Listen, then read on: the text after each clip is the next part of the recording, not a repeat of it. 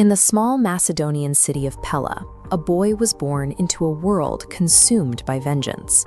Greece had spent generations enduring attacks from the massive Persian Empire, and the people were desperate for a leader to strike back. From the moment he took his first breath, the citizens of Pella and his own mother, Olympias, claimed this boy was no ordinary prince. They believed he was the literal son of Zeus. Those rumors of divinity only grew when, at just 10 years old, he stepped in front of a volatile, rearing horse named Bucephalus and calmly tamed it while adult men watched in fear. That child grew up to wage over a decade of continuous warfare. By age 25, he was the master of Asia, having never lost a single battle. And when he finally died in 323 BC, ancient accounts reported the ultimate proof of his godhood. His body sat for 6 days without a single sign of decomposition. We know humans don't possess divine magic.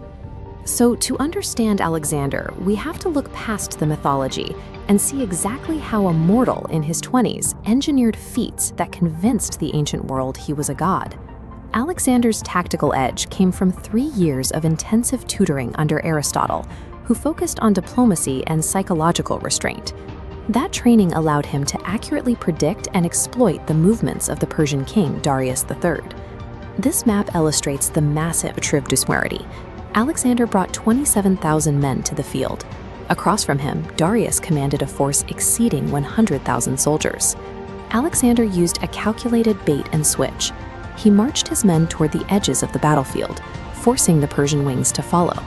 As they rushed outward to encircle him, they overextended, ripping a gaping hole straight through their own center line. He had anticipated this exact opening. Alexander immediately formed his cavalry into a tight wedge and charged straight through the gap, aiming directly at Darius. Terrified by the sudden strike, Darius fled the battlefield. Without their king, the massive Persian army collapsed into chaos and retreated.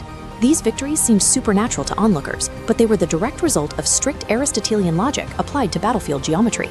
Once he conquered those territories, Alexander faced the logistical nightmare of governing them. Rather than destroying the local customs, he actively preserved the vast Persian culture to keep the region stable. He kept Persian governors in their positions, fully adopted their local festivals, and even married the daughter of his defeated enemy, Darius. As he pushed his army further east toward the Indian subcontinent, he clashed with King Porus, facing exhausting jungle campaigns and the terrifying reality of armored war elephants. Relentless marching eventually exhausted his inner circle. Commanders who had fought for years grew bitter as they watched their king adopt Persian dress and elevate foreign officials, resentment that eventually boiled over into internal conspiracies. The fiercest resistance to his rule didn't come from rival armies, but from the cultural friction his inclusive policies generated among his own ranks. The campaign finally halted in 323 BC, inside the walls of Babylon, where Alexander fell violently ill with a persistent 10-day fever. Historical texts claim his body remained pristine for nearly a week after he was pronounced dead. Today, modern medical research points to a rare autoimmune condition known as Guillain-Barré syndrome. The diagram illustrates how the syndrome induces a severe ascending paralysis. As his muscles shut down, his body's oxygen demand plummeted, reducing his breathing to a level that ancient doctors simply couldn't detect. Ancient doctors, unable to detect a pulse or breath, likely pronounced him dead prematurely, meaning the legendary king was almost certainly buried alive. While his physical life ended in tragedy, his political strategies initiated a 300-year period of Greek cultural and economic dominance across the known world, an era we now call the Hellenistic period. He founded over 50 cities across 2 continents, cementing permanent trade routes that would eventually bridge the gap between Europe and Central Asia.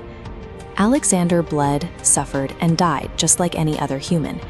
But through cold logic, brilliant battlefield geometry, and a vision for cultural integration, he built a legacy that ensured history would always remember him as the Great.